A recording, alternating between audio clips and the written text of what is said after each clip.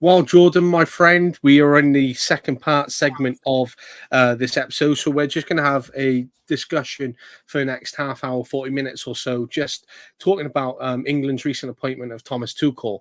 And there's some of the other candidates which perhaps could have landed the job. And as to whether Tuchel will, A, be successful, and B, from your perspective as an England fan, was you happy with his appointment in contrast to the other available managers? And what was your feelings of when he was appointed? So, number one, do you think you'll be successful? He's achieved it at club level, not doubting that. International management's different. Will he be successful? I think he'll be on par with Gareth, but I don't know if he'll be for man's getting over the line.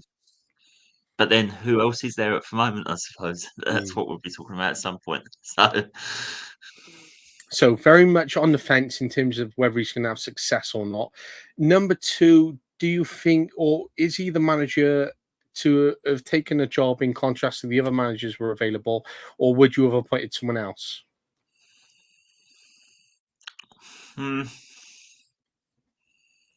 I think with the names linked, obviously there was Pep Guardiola links, but was he really going to get the England job? Because he's still with City? I don't think so. I mean, in terms of English managers, really, don't get me wrong, I like Eddie Howe, I like Graham Potter, I like, I know he wasn't linked, but say Scott Parker, I like them managers, but they've not really won anything, I suppose, at their club level. With Thomas Tuchel, he's got that reputation of winning things. In terms of overall choice, now I've had time to digest, if you were, I think it's a pretty good appointment. Though last week I said on my interview that I had with Nita on radio, there was a lot of things running through my head, and there still is now. Especially when he come out and said that, "Hi England fans, I'm a bit nervous." That still sticks in my head. I think it's very difficult because from that perspective that I got from you, right, is right. He's been appointed. Oh, I'm on the fence a little bit with this one. I'm not entirely sure, right? For me, as soon as I saw it, I was absolutely buzzing, mate. I was bouncing up and down. I thought, you know what, a world-class appointment for someone that we need to really take us forward. And we've always spoke about, Lee Carsley would be the most simple, straightforward, but perhaps most boring choice of manager that we could pick from. Then who are the other managers who are available? Well, actually, they all sit in the same category as Gareth Southgate. Yes, Gareth Southgate done a very good job to stabilise the England team and cap new players and all these kinds of things, right? But if England really want to go forward, which is what the fans want to see, then they have to appoint someone who is effectively a winner. And therefore, none of the England managers that are out there right now are winners as such. And it was very surprising that you said Scott Parker. I'm very much on a long list of managers who might go for that job, right? Or perhaps that could be contemplated for that role. And I like the fact that you said Scott Parker there because he is a good manager. I like what he has to offer. I think he has a lot of potential in him. Obviously, he's at Burnley right now and they're sat second. I think they're like something like 5 points off top of the table. But we know how, tough the championship is, but he's currently sat, those amount of points off. He's in the championship. He was sacked from his Premier League job, so he isn't really like a big leading candidate for that job for us to go and appoint for. And when you look at other managers like Spain, yes, I believe they got the Catalonian sort of issues that surround Pep Guardiola and Unai Emery and Mikel Arteta, and even if you said Luis Enrique could return or Xavi Hernandez, but there's 5 managers who they could scope out very quickly and perhaps could look at that to come in board for, whereas we're looking at people like Scott Parker perhaps on a very extensive list of English managers, and where do they manage in the championship? And you compare Scott Parker to Pep Guardiola at national team level, they are worlds apart in that sense, right? But I think when it comes down to it, then you were very much sat on the fence. But this one question: does the England manager have to be English? I think it again. This is a mixed opinion from everybody, I suppose. But I think it's for. It might sound maybe a bit contradicting, I suppose, but I suppose it's the best person for the job. I suppose Mm. whatever nationality you are. I think there was that uh, discussion. I mean, we didn't mention it on last week, but we were saying about singing for national anthem and that, and that parameter again. But in answer to where your question is short there, I think it's got to be the best person that's available, whatever nationality they are. Um, Thinking on it now, that's the best. I think the best solution with Thomas Tuchel. Looking at it, I mean, him more as a Chelsea supporter and what he brought to the table with the Blues, but from what I can gather, he's very good in terms of being flexible with his tactics. He can adjust to the opponent, and that's where England have been a bit stagnant of late. I suppose not being able to change game plans up so accordingly. They've always stuck quite rigid, should I say? Well, I'm not sure if you saw yesterday, but I shared a short on my story, right, of Thomas Tuchel speaking the real thing now about the tactics deployed at Chelsea, right, and they were looking at how high the wing backs were in terms of Reece James and Ben Chilwell, and now you effectively look at them and their wing backs, right, they're not inverted, but they're playing so high up the line, they're effectively as right wing, left wing, just behind the strikers, but very out wide with the opportunity to come inward. Now, when I was watching that video, I was like, you know what? He's actually got two very successful English players who played very well. Now, when we look at Maresca, who's gone into Chelsea, he's already ousted Raheem Sterling. He's ousted Ben Chilwell. He's come out and criticised Raheem Sterling very, very recently. But he's decided to bring in Jadon Sancho, who perhaps was underperforming from United, but we've got him in. So I think that intake in terms of English players is a contrast that is something to consider for Maresca. But when you look at two high-performing players under Tuchel who have been dropped very quickly by someone else, I think there is questions to be raised over that in terms of what that looks like for us long-term under Maresca. But I think it's also very exciting in terms of what Tuchel can do with these players, how he gets players Absolutely. back into the England squad, including Chilwell and Reece. No, I totally agree. I think this is it. It's a modern. Um, it fits in with modern DNA, doesn't it? Really, with wing backs being pushed high and so on and so forth. With Tuchel, can't dispute what he's achieved in the game. I think it's sort of again that sort of how do I put it? You're as a football supporter, we can always be a bit fickle, I suppose, or we can have different opinions and everything like that, which is all good. But I think one thing that always sticks in our mind is you always associate that person to be at their last club, for example, like Thomas Tuchel, and thinking, well, if he struggled with Bayern, then he's going to struggle with England. But you don't look at the bigger picture, what he achieved with Chelsea and so forth by winning a European trophy and so on and so forth. So I think that sort of mirror always is in there with the brain. Um, but if you said to me it was between Thomas Tuchel and Lee Carsley on the other hand for the position, then you've got to take Thomas Tuchel undoubtedly. And I think that's where it comes down to is Thomas Tuchel and that success factor that he's had, right? And I think the amount of success that he has brought into England in terms of or can bring to England in terms of what he's had from his club career compared to the other managers available. I think he is light years ahead, and I think he actually makes a lot of sense for us. And actually, I think if we get behind him as England fans, we get to see his performances in terms of what he gets out of the very exciting players that we have in terms of Foden, in charge of Harry Kane, who he's worked with previously and does like, in charge of Phil Foden, in charge of Anthony Gordon, and these other wide array of players in terms of how it's going to look for, your Solankis, your Ollie Watkins, whether Callum Wilson has a shout to get back into the squad, right? our list of available players is exhaustive, right? And even when you've got other players out injured, there is someone who is still quality to come and step in for England, and not like years ago where we're calling up players and we're like, perhaps they're not as world class as we thought they once were. But I think it's very exciting when you look at the amount of players that we have available, and who we could call up to the England squad and how he gets to work with them. That is the one bit which I'm really excited for. Yeah, 100%. Um, I think one thing that sticks out in my mind though, 18-month contract. I mean, for international management, that's pretty short term, isn't it? Really, in the grand scheme of things. I mean, it. I was saying that I'm with my granddad. And shouldn't laugh really, but was saying it'd have been a bit ironic if Lee Carsley was given to do these World Cup qualifiers, and Thomas Tuchel was guaranteed for World Cup qualifiers, and we wasn't going to end up going for World Cups. And he's been appointed. You know, again, that would have been a Spursy version of England, I suppose.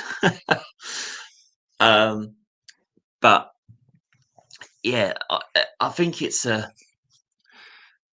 18 months. I mean, what did you think of that? Did you think that was relatively short term? Did you think that's a good time to make your stamp on things? Do you think that's enough time to make your stamp on things? I think they've gone very pragmatic in the terms of this 18-month contract, right? In terms of if it doesn't work out, then they go back and they go and appoint someone who is very stable in terms of Eddie Howe or Graham Potter, right? I think that's their thinking behind it. And I think it's rather than having a long-term contracts where we saw like Capello, where we saw like Sven Goran Eriksson effectively, and they perhaps didn't have the success factors which England were trying to identify and achieve, then actually this contract makes sense from an FA perspective in terms of what he can bring in.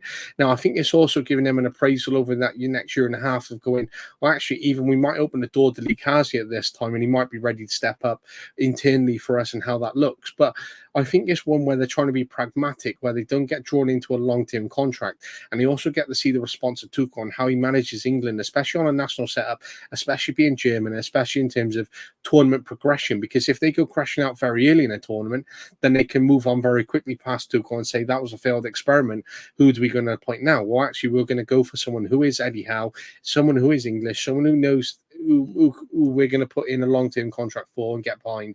So I think in terms of that approach, they're trying to be very strategic and thoughtful in terms of that. And I think it makes a lot of sense. But it is one of those where it's, well, actually, he's only got 18 months to work with the squad.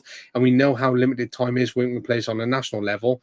How does this affect the players? How does this affect the management of the team, etc.?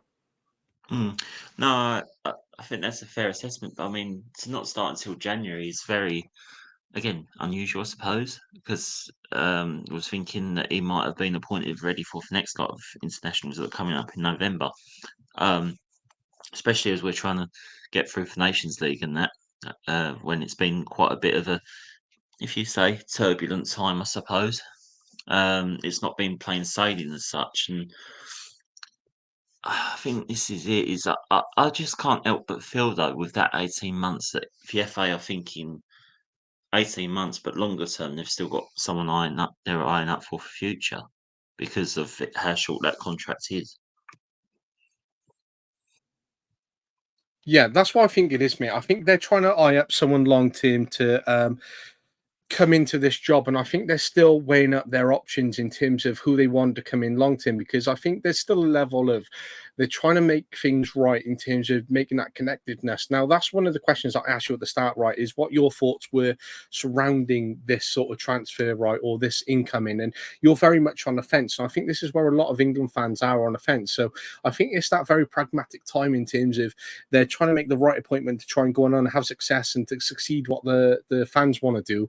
But I think they're also trying to consider the fact they've got English managers and they should be appointing England managers. Now, I think it's one of those where we look at like someone like Northern Ireland. Now, they got very sparse population. I can't remember if it's Northern Ireland or Ireland, right? But they both got a very sparse population in contrast to what England have. So their availability of managers is a lot lesser now, as in their league is, a lot smaller than the Premier League. Now, they go and appoint someone, like Diego Trapattoni years ago managed Ireland. They've recently appointed an Icelandic manager to take over, right?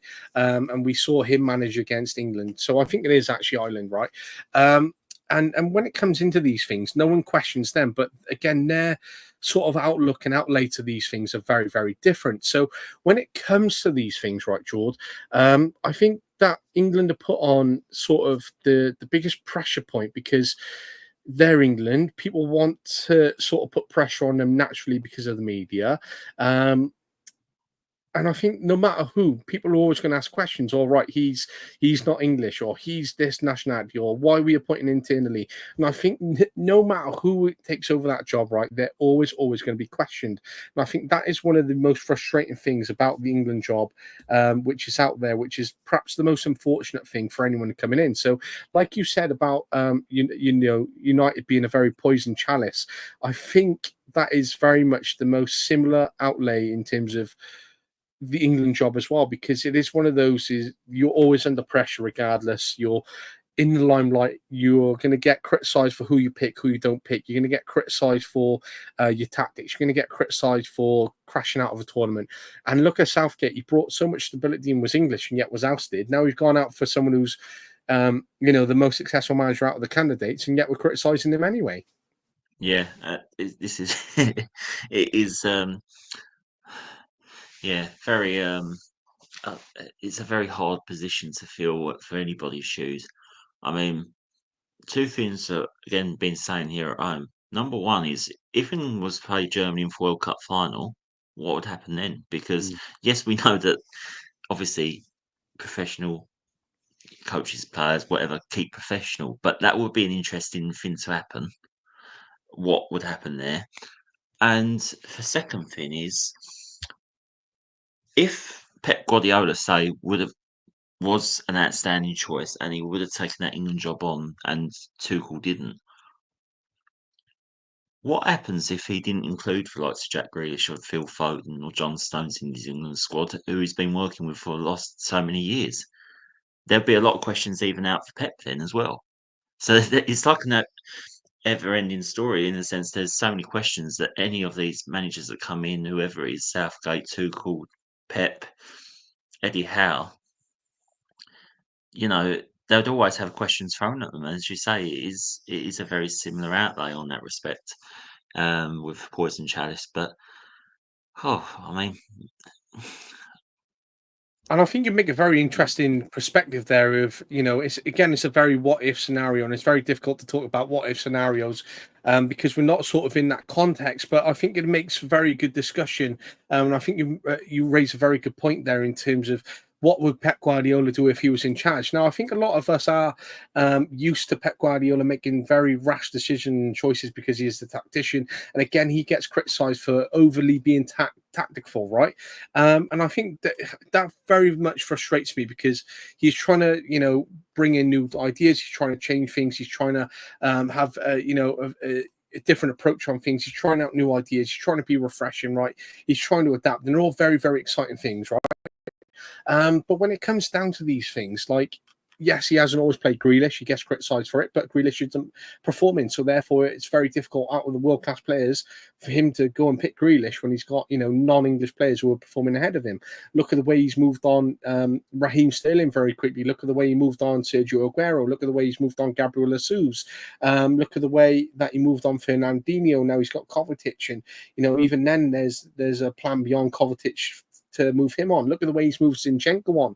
Now, these are non-English players, but he is someone who's very quick to move players on unless they sort of fit that profile and category. Now, how many years left at the top does John Stones have, for example, who is the next sort of English centre-back to take over from him? So I think we're very limited in terms of our quality of defenders in terms of what's available. But if Jack Grealish got dropped, then there's a lot of players to pick ahead of him, which makes a lot of sense at times. And it creates a very competitive nature for the England squad that we do have available.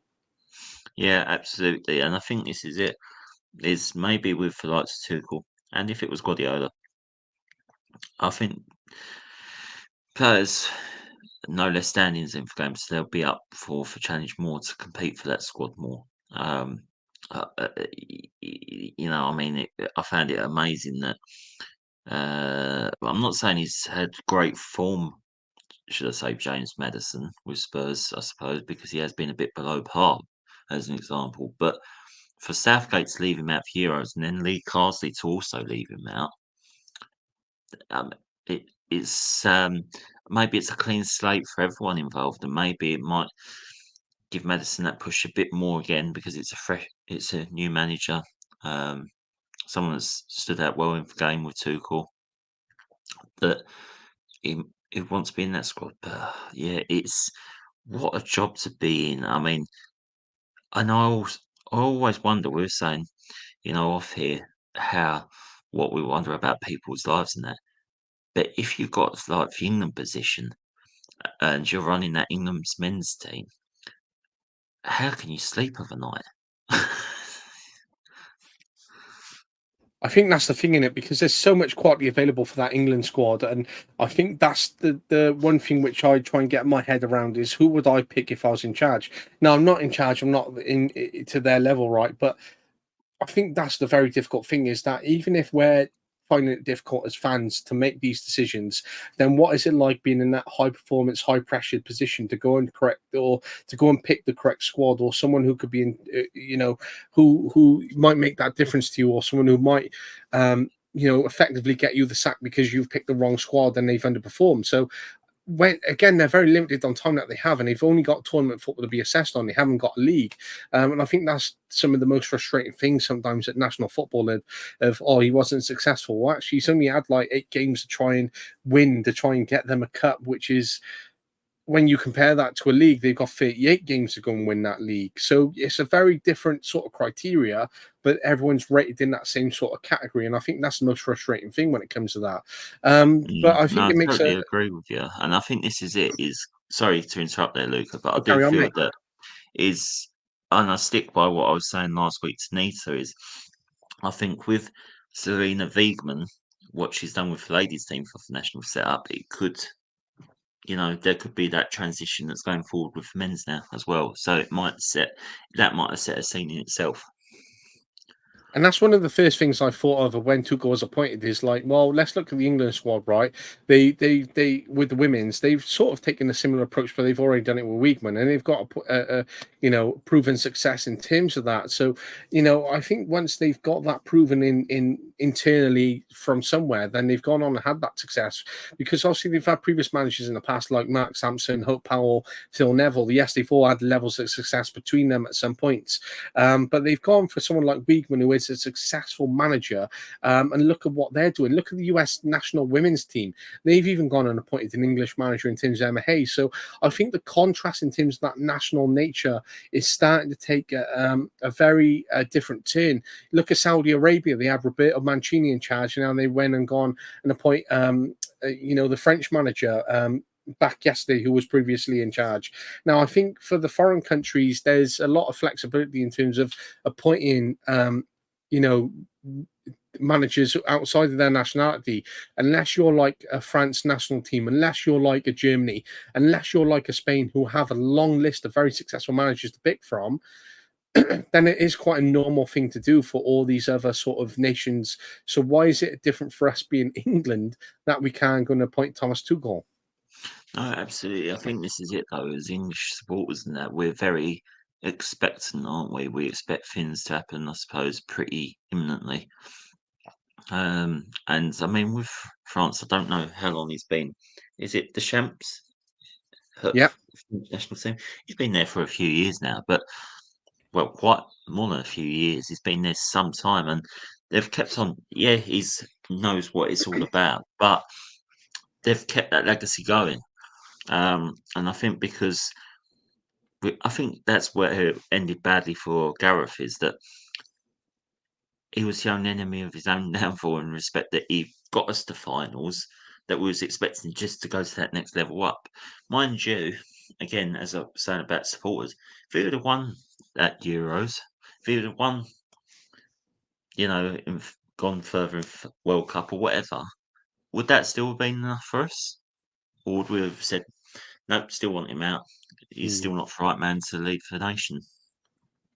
Absolutely, absolutely. I think there's a lot of contrasting questions when it comes to that.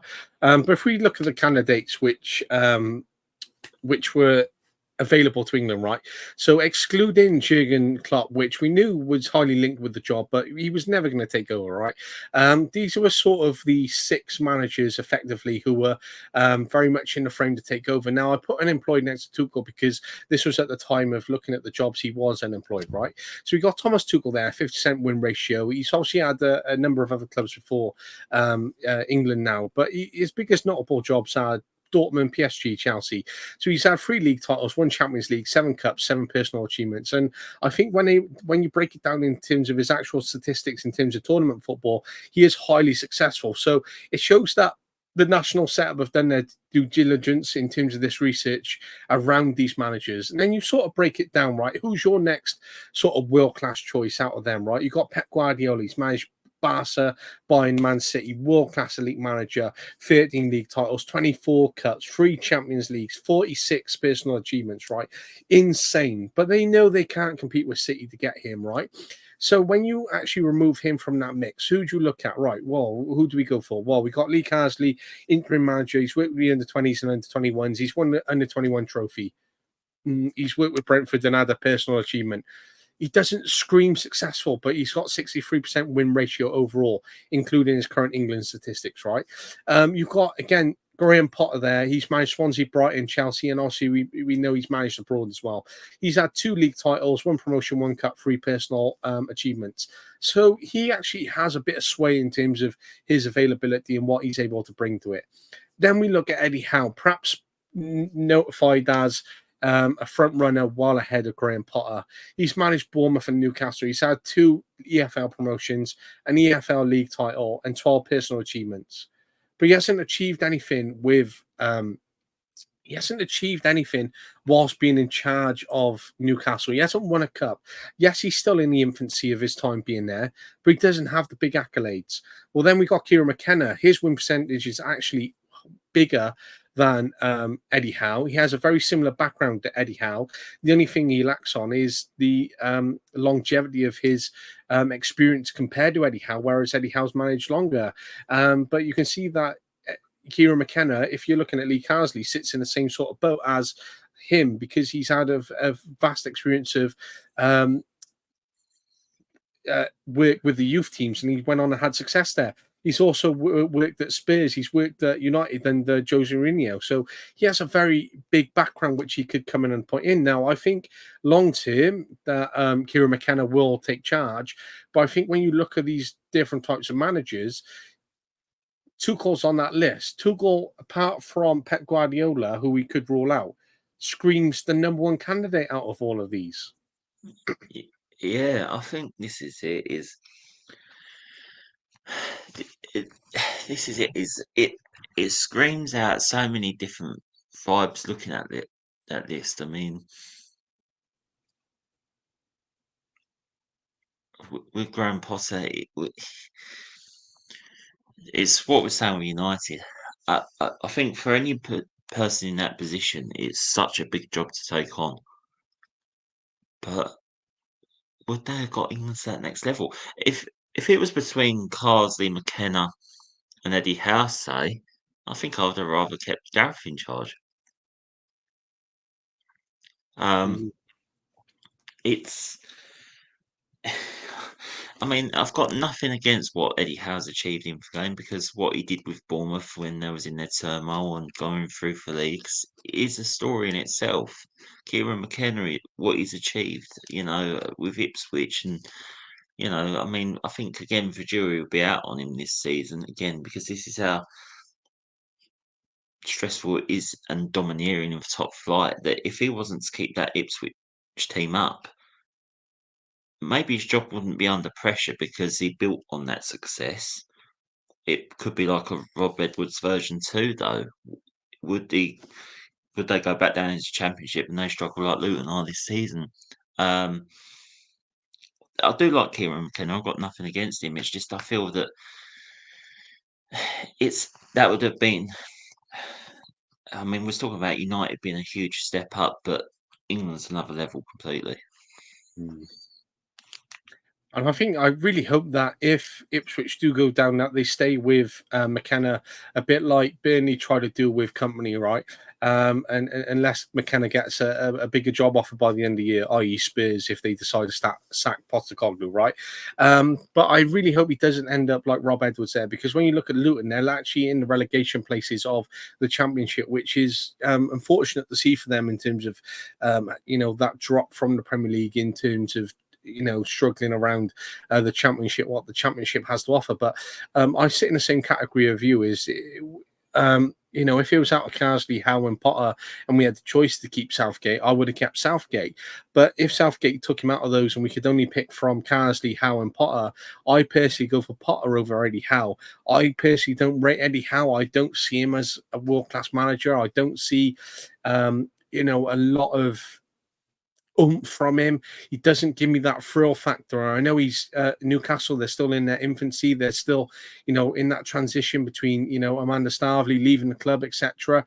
I know they're trying to comply with, PSR rules. And he's trying to create that stability and trying to bring them the cup for the first time. But I just think there's a little bit more going on there with Potter. Every time he speaks compared to Eddie Howe, I get a bit more excitement from Potter. I get a bit more of a tactical feel from what he wants to do. Whereas Eddie Howe, I just don't get that feeling of excitement. I don't think he would be the man to lead our nation. And I'm actually so glad we haven't appointed him, because I would have been more disappointed to have appointed Eddie Howe than I would have been to have appointed Lee Carsley. I would have appointed Lee Carsley before I appointed Eddie Howe.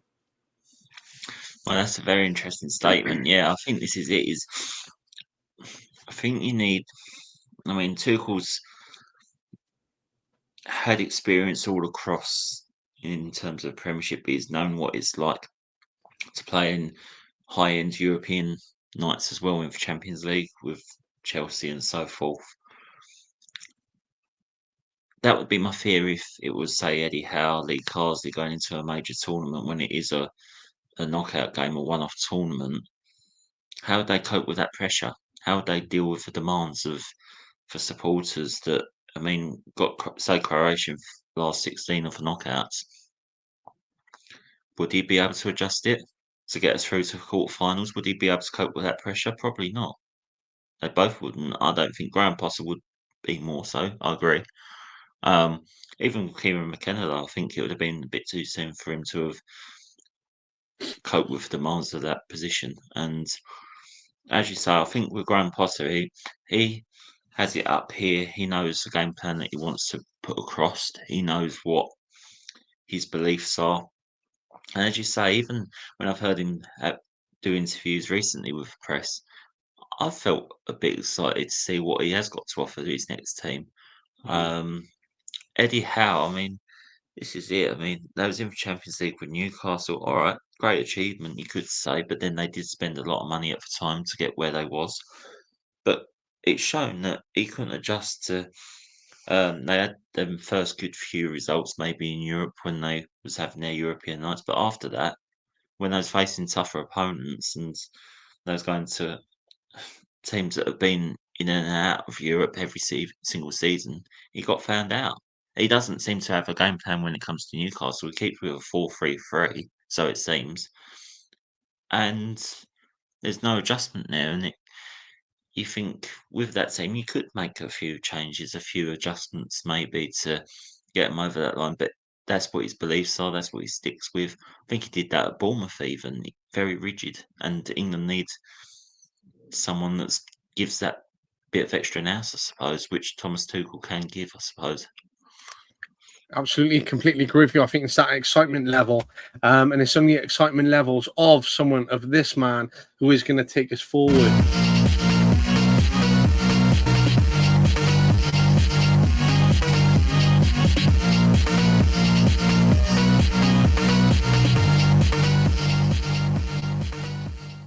Now, even just watching that clip for me is exciting. But mate, go on. I think it is exciting when you see it like that. Yeah, I mean, I admit I think Thomas Tuchel comes across very well as well. I think he comes across very, very well, and I think it's even just there, just that very little short of look how I connect with my players. Look at the success that I can bring you. Look at the trophies that I'll bring. Look at the standards which I'll expect of you. Just very little short snippets where I don't go looking for shorts of Eddie Howe. I don't go and look for what he's doing on the sideline. But Thomas Tuchel does, and he brings that, and he is a character like your Conte, like your Mourinho's, like your big characters will come out there. They will be hitting. They will be pushing. They will want that success. He is someone who rivals Pep Guardiola. And we look at Pep Guardiola for being appointed, and many of us would be very, very excited if we had Guardiola. But Tuchel's there. He's pushed Pep Guardiola. So if he's the next man to push him, why aren't we having him? Well, we have got him. He's in charge of England. Very true. I mean, I think what you're saying is very true. And it's that, I suppose, as the saying goes, it's that sense of aura, isn't it? Mm. And Thomas Tuchel can give that. Just got to hope that Conte don't get appointed Italy manager, and then Tuchel and Conte face each other and have another handshake fiasco.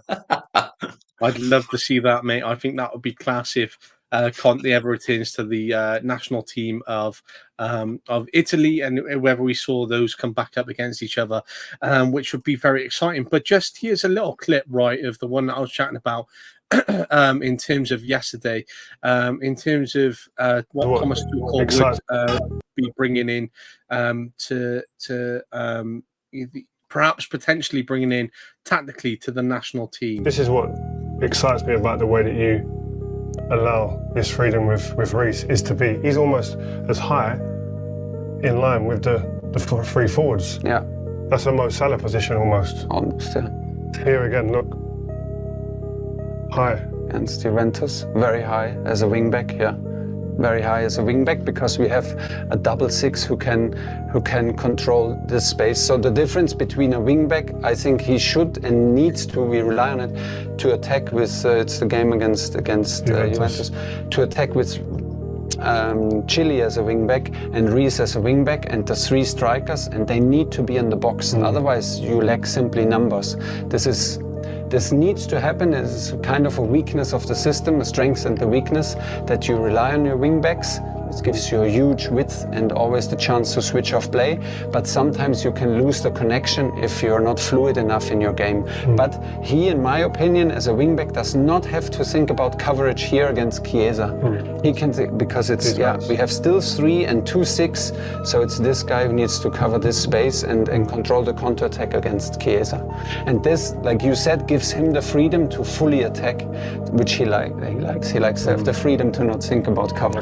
This is what excites me about.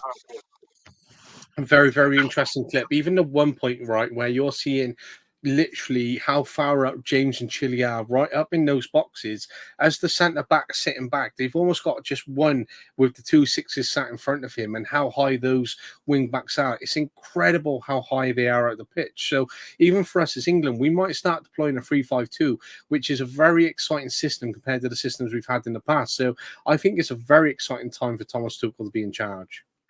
Yeah, I think he's very intelligent with his football analysis on things, and I mean, we all have our different beliefs in how football should be played, but that to be fair, after seeing that gives me a bit of buzz in there, I suppose. I'm going to be, I know it's a change from what I was saying at the start, but that's what we've been saying for England for the last few years, is they're not getting enough bodies in for box to penetrate, to attack for box and attack for ball, really. And if Thomas Tuchel can implement that sort of coaching the international team setup, then that could help us get over the line that we've been needing to win tournaments and stuff. Absolutely, I completely agree, mate. And I think it's very exciting times to be watching England in terms of what success we're going to hopefully bring in the future, which would be great to see. And I think it's, about us getting through these castly times and in terms of the games that come up. But I just wanted to touch upon England as a bit of an introductory video in terms of what our thoughts and feelings were. Just so then as the games start to pick up in January, we can elaborate in terms of looking at tactical styles a little bit, and then reviewing the squads that get picked and building upon where we were at from this sort of discussion in terms of trying to connect that to the future discussions. And I felt that it felt very natural in terms of a recent appointment for us to talk about, and in terms of our management.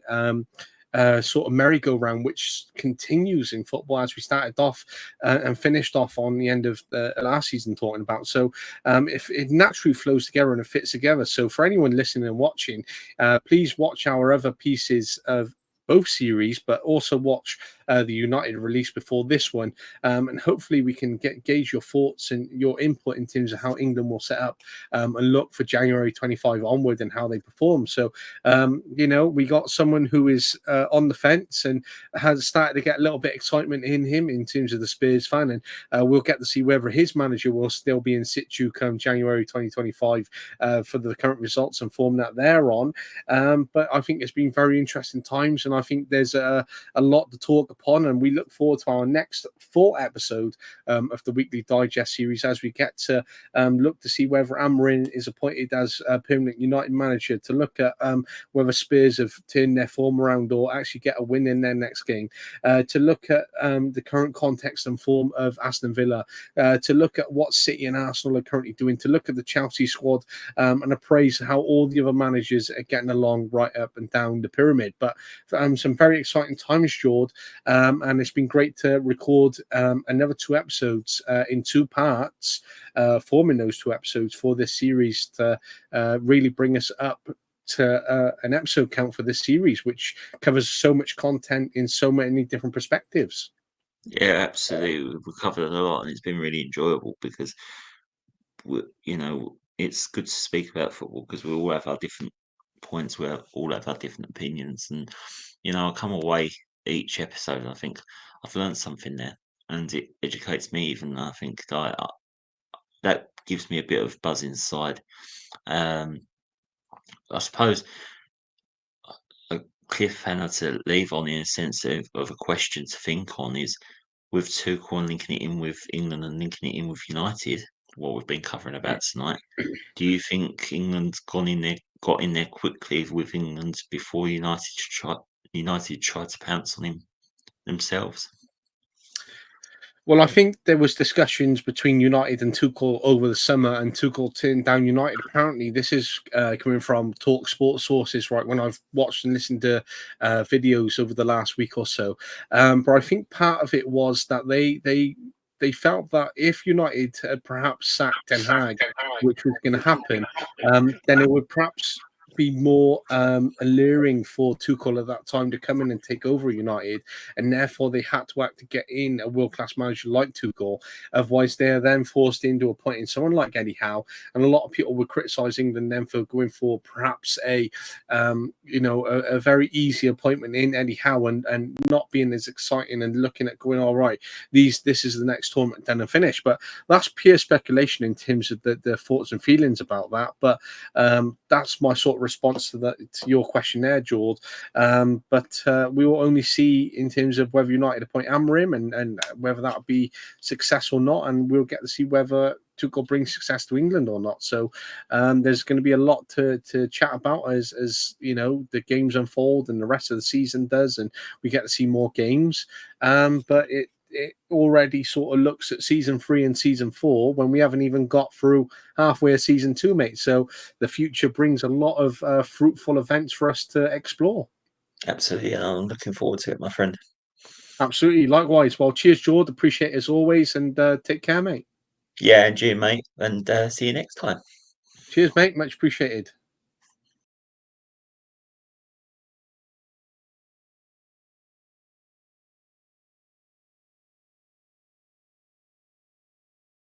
But yeah, we try to be that group that can help be there for the players as a 3, because I think you mentioned earlier, you want to have different characters in the changing room. You want to have different personalities. You don't want the same kind of people because you're not going to be able to move forward. If you've got 10 people and they all agree the same things, you're going to get to a point in time where actually you're going to become unstuck. You need that one person to actually be like, nah, I don't agree with that. Or actually, we should try this. And I think that's why the huddle works, is we're all quite different as human beings. And I think you need 3 different people in there, because some players will naturally gravitate towards me and my personality, but equally some might go to the other 2, and that's absolutely fine.